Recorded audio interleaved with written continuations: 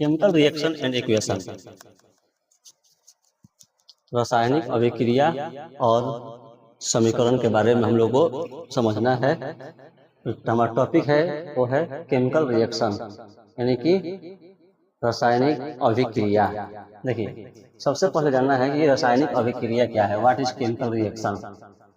A chemical reaction is a process in which one or more substance change into new substance। देखिए, रासायनिक अभिक्रिया वह एक प्रक्रिया है जिसमें एक या एक से अधिक पदार्थ यानी कि रिएक्टेंट जो होते हैं वो किस में नए सब्सटेंस में यानी प्रोडक्ट में बदल जाते हैं अलग अलग प्रॉपर्टी के अनुसार या साथ में। A chemical reaction is a process in which one or more substance are turned into a change into new substance is different properties। पहला पॉइंट ये कह रहा है हमारा। दूसरा है कि during chemical reaction atom are arrange to form new substance. Chemical reaction के दौरान जो एटम होते हैं ना वो क्या होते हैं, रीअरेंज हो जाते हैं। ठीक है, रीअरेंज होंगे तो एक नया सब्सटेंस बन जाएगा। ठीक है, हमारा दूसरा पॉइंट भी क्लियर हो गया। अब देखिए, इसमें कुछ कैरेक्टरिस्टिक ऑफ केमिकल रिएक्शन यानी कि रासायनिक अभिक्रिया कुछ क्या है, कैरेक्टरिस्टिक है यानी गुण है उसके, उसको जानेंगे। पहला है चेंज इन कलर। यह देख रहे हैं the colour of substance change यानी कि चेंज इन कलर में हो सब्सटेंस का कलर क्या हो जाएगा, चेंज हो जाएगा। दूसरा है एवोल्यूशन ऑफ गैस, उसमें बबल निकलेगा या गैस प्रोड्यूस होगा। तीसरा है चेंज इन टेम्परेचर, हो सकता है कि हीट इज एब्जॉर्ब और इवॉल्व, हीट क्या होगा उसमें अवशोषित होगा या उसमें घुलेगा, इवॉल्व होगा। फिर है formation of precipitate and insoluble solid is form, एक इनसॉल्युबल सॉलिड क्या होगा, फॉर्म होगा। ठीक है, उसमें जो सॉल्युबल क्या होगा, घुलेगा नहीं, ऐसा सॉलिड क्या होगा आपको देखने को मिलेगा।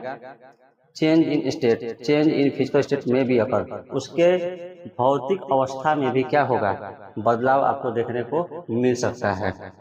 अब एक देखिए, यहाँ पे एक टेस्ट ट्यूब है जिसमें कुछ रिएक्टेंट यानी कि सब्सटेंस रखा गया है।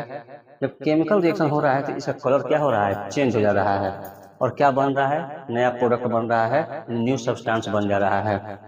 एग्जाम्पल के तौर पर देखेंगे iron nail plus copper sulphate, यानी कि हम कांटी को, लोहे की कील को और कॉपर सल्फेट को क्या करेंगे, जब रिएक्ट कराएंगे तो उस पर क्या होगा ना कि reddish brown copper deposit are form, यानी कि कांटी पे, नेल पे रेडिश ब्राउन क्या होगा, कॉपर डिपोजिट हो जाएगा, यानी कि एकत्रित हो जाएगा, कांटे पे देखेगा मूर्छा लग जाएगा, जैसे जंक लग जाएगा। Vinegar plus baking soda, vinegar और बेकिंग सोडा में जब रिएक्शन कराएंगे तो वहां पे क्या मिलेगा, इफरवेसेंस मिलेगा, यानी कि CO2 गैस इवॉल्व, यानी कि वहां पे CO2 गैस क्या होगा आपको, CO2 गैस क्या होगा आपको दिखाई देगा। जब मैग्नीशियम रिबन को आप जलाएंगे तो आपको दो चीजें दिखाई देंगी, पहला उष्मा हीट, दूसरा लाइट आपको वहां पे दिखाई देगा। तो ये था हमारा केमिकल रिएक्शन। ठीक है, अब अपना अगला टॉपिक पर हम लोग चलते हैं। अब है केमिकल रिएक्शन एंड इक्वेशन में हमारा टॉपिक राइटिंग केमिकल इक्वेशन। हम रासायनिक अभिक्रिया को, रासायनिक समीकरण को अब कैसे लिखते हैं। देखिए, a chemical equation is the representation of chemical reaction using symbol and formula of the substance evolve. यानी केमिकल इक्वेशन क्या है, एक रिप्रेजेंटेशन है, प्रस्तुतिकरण है किसका, केमिकल रिएक्शन का, जहाँ पे हम उसके सिंबल के साथ साथ फार्मूला को क्या करते हैं, लिखते हैं, जो सब्सटेंस उसमें शामिल होंगे। ठीक है, दूसरा है कि it show the reactant on left side, इसमें आपको रिएक्टेंट जो होगा ना वो लेफ्ट साइड में दिखाई देगा, प्रोडक्ट कहाँ दिखाई देगा, राइट साइड में। और केमिकल इक्वेशन को हम एक तीर के माध्यम से क्या करते हैं, रिप्रेजेंट करते हैं, डिनोट करते हैं। ठीक है, it must obey the law of conservation of mass, ये law of conservation of mass को क्या करता है, फॉलो करता है। ठीक है, आप यहाँ देख सकते हैं कि रिएक्टेंट है जो लेफ्ट साइड में है, ये प्रोडक्ट है जो राइट साइड में है, और बीच में जो तीर से समझाया गया वो है केमिकल इक्वेशन, और एरो बनाया गया है उसको, ताकि आपको अच्छे से समझ में आए कि एरो से इसको क्या किया गया है, अलग किया गया, सेपरेट किया गया है। एक बात यहाँ पे है कि मास can be neither created nor be destroy in chemical reaction, किसी भी केमिकल रिएक्शन में मास को ना ही बनाया जा सकता है और ना ही डिस्ट्रॉय किया जा सकता है, ये बात आप ध्यान रखेंगे। अब आता है हमारा दूसरा पॉइंट, रिएक्टेंट एंड प्रोडक्ट। ठीक है, रिएक्टेंट क्या है और प्रोडक्ट क्या है। देखिए, रिएक्टेंट है the substance which take part in the reaction and are written on the left side of the equation. यानी कि वह सब्सटेंस जो रिएक्शन में, अभिक्रिया में क्या लेता है, भाग लेता है, शामिल होता है, जो इक्वेशन में लेफ्ट साइड में लिखा रहता है, वो क्या होता है, हमारा रिएक्टेंट होता है। ठीक है, और प्रोडक्ट क्या है, the new substance form after the reaction are written in right side of the equation. Product है कि वह सब्सटेंस, वह पदार्थ जो रिएक्शन के बाद, अभिक्रिया के बाद कहाँ पे, दाहिने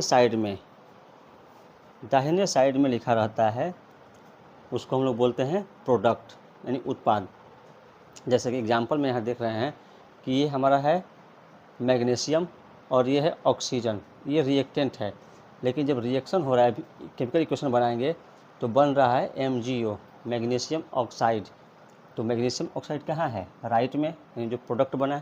रिएक्टेंट कहाँ है, लेफ्ट में। वैसे ही आप तीसरा पॉइंट देखेंगे कीवर्ड इक्वेशन, यानी कीवर्ड शब्द समीकरण देखेंगे तो इसमें है कि chemical reaction can be represented in word is called word equation. यानी कि केमिकल रिएक्शन को जब हम शब्दों में लिखते हैं, ठीक है, उसको हम लोग बोलते हैं शब्द समीकरण, यानी कि वर्ड इक्वेशन। जैसे में हाइड्रोजन प्लस ऑक्सीजन क्या बन रहा है, वाटर। वही जब हम इसको क्या लिखेंगे, इसका जब इसका असल में नाम लिखेंगे हम लोग, इसका केमिकल इक्वेशन जब बनाएंगे, रिएक्शन कराएंगे, तो हाइड्रोजन का क्या होता है H और ऑक्सीजन का होता है O2, क्या बनेगा H2O। लेकिन जब वर्ड इक्वेशन लिखेंगे तो हाइड्रोजन प्लस ऑक्सीजन, और ये केमिकल इक्वेशन हमारा का तीर है जो सेपरेट कर रहा है, क्या बना दिया, वाटर। तो यहाँ तक हमारा ये टॉपिक जो था अच्छे से, chemical reaction and chemical equation क्या होता है, समाप्त। ठीक है, अब यहाँ तक उम्मीद करता हूँ कि सब चीज़ अच्छे से आपको समझ में आया होगा। Thank you.